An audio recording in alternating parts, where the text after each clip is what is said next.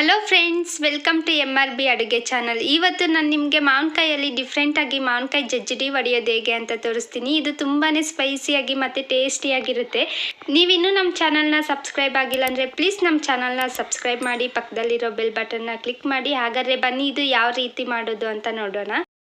ನಾನಿವಾಗ 1.5 ಸ್ಪೂನ್ ಜೀರಿಗೆ ತಗೊಳ್ತಿದ್ದೀನಿ. ಜೀರಿಗೆನ ಕಲ್ ಮೇಲೆ ಹಾಕ್ಕೊಂಡು ನುಣ್ಣಗೆ ಪುಡಿ ಮಾಡ್ಕೊಳ್ತಿದ್ದೀನಿ. ಈ ರೀತಿ ಜೀರಿಗೆನ ಪುಡಿ ಮಾಡ್ಕೊಳ್ಳೋದ್ರಿಂದ ಮಾವಿನಕಾಯಿ ಜಜ್ಜಿಡಿ ನಾವು ತಿನ್ನೋವಾಗ ಜೀರಿಗೆ ಸ್ವಲ್ಪ ಲೈಟಾಗಿ ಬಾಯಿಗೆ ಸಿಗುತ್ತೆ, ಆವಾಗ ಸೂಪರ್ ಟೇಸ್ಟಿಯಾಗಿರುತ್ತೆ. ಮತ್ತು ನಾವು ಈ ರೀತಿ ಕಲ್ಲು ಯೂಸ್ ಮಾಡೋದ್ರಿಂದ ಜಜ್ಜಿಡಿ ಹೊಡೆಯೋದಕ್ಕೆ ರುಚಿ ತುಂಬಾ ಹೆಚ್ಚಾಗಿರುತ್ತೆ. ನಾವು ಮತ್ತೆ ಮತ್ತೆ ತಿನ್ನಬೇಕು ಅನಿಸುತ್ತೆ, ಅಷ್ಟು ಟೇಸ್ಟಿಯಾಗಿರುತ್ತೆ. ನೋಡಿ, ಈಗ ಜೀರಿಗೆ ಪೂರ್ತಿಯಾಗಿ ರುಬ್ಕೊಂಡಿದ್ದೀನಿ, ಪುಡಿ ಆಗಿದೆ. ಎಷ್ಟು ಚೆನ್ನಾಗಿ ಪುಡಿ ಆಗಿದೆ ನೋಡಿ. ಮತ್ತು ಇದಕ್ಕೆ ಒಂದು ಚಿಕ್ಕದಾಗಿರೋ ಬೆಳ್ಳುಳ್ಳಿ ತಗೊಂಡಿದ್ದೀನಿ. ಅದು ಮೇಲೆ ಸಿಪ್ಪೆ ಏನು ಬಿಡಿಸಿಲ್ಲ, ನಾನು ಹಾಗೆ ನುಣ್ಣಗೆ ರುಬ್ಕೊಳ್ತಿದ್ದೀನಿ. ಈ ರೀತಿಯಾಗಿ ಚಚ್ಕೋಬೇಕು ಬೆಳ್ಳುಳ್ಳಿನ. ನೋಡಿ ಎಷ್ಟು ನುಣ್ಣಗೆ ಚಚ್ಕೊಂಡಿದ್ದೀನಿ. ಮತ್ತು ಇದಕ್ಕೆ ನಾನು 6 ಹಸಿಮೆಣ್ಸಿಕಾಯಿನ ನುಣ್ಣಗೆ ಚಚ್ಕೊಳ್ತಿದ್ದೀನಿ. ನಿಮ್ಗೇನಾದ್ರು ಖಾರ ಕಡಿಮೆ ಬೇಕು ಅಂದರೆ ನೀವು ಮೆಣಸಿನ್ಕಾಯಿ ಕಡಿಮೆ ಹಾಕ್ಕೊಳ್ಳಿ, ಇನ್ನೂ ಜಾಸ್ತಿ ಬೇಕು ಅಂದರೆ 7 ಆ ಥರ ಹಸಿಮೆಣ್ಸಿಕಾಯಿ ಹಾಕ್ಕೊಳ್ಳಿ. ನೋಡಿ, ಹಸಿಮೆಣ್ಸಿಕಾಯಿನ ನುಣ್ಣಗೆ ಚಚ್ಕೊಂಡಿದ್ದೀನಿ. ನೀವು ಈ ರೆಸಿಪಿನ ಮನೇಲಿ ಒಂದ್ಸಲಿ ಟ್ರೈ ಮಾಡಿ, ಹಾಗೆ ಯಾವ ರೀತಿ ಬಂದಿದೆ ಅಂತ ಕಮೆಂಟ್ ಮಾಡಿ. ನೀವು ಇದನ್ನು ಖಂಡಿತ ಇಷ್ಟ ಬೀಳ್ತೀರಾ ಅಂತ ಅಂದ್ಕೊಂಡಿದ್ದೀನಿ. ಇವಾಗ ಇದಕ್ಕೆ ನಾನು ಚಚ್ಚಿರೋ ಒಂದು ಬೆಳ್ಳುಳ್ಳಿ ಮತ್ತು ಪುಡಿ ಆಗಿ ಮಾಡಿರೋ ಜೀರಿಗೆ, ಹಾಗೆ ಉಪ್ಪು 1.5 ಸ್ಪೂನ್ ಹಾಕ್ಕೊಂಡು ಮಿಕ್ಸ್ ಮಾಡ್ಕೊಳ್ತಿದ್ದೀನಿ. ಈ ರೀತಿಯಾಗಿ ಮಿಕ್ಸ್ ಮಾಡ್ಕೊಳ್ಳಿ. ಇವಾಗ ಒಂದು ಮಾವಿನಕಾಯಿ ತೊಳೆದಿಟ್ಕೊಂಡು ತಗೊಂಡಿದ್ದೀನಿ. ಇದಕ್ಕೆ ತುದಿ ಕಟ್ ಮಾಡ್ತಿದ್ದೀನಿ. ಈ ರೀತಿಯಾಗಿ ನಾನು ಕಟ್ ಮಾಡಿದ್ದಾದಮೇಲೆ ಮಾವಿನಕಾಯಿನ ನಾನು ಕಲ್ಲಲ್ಲೇ ಒಡ್ಕೊಳ್ತಿದ್ದೀನಿ.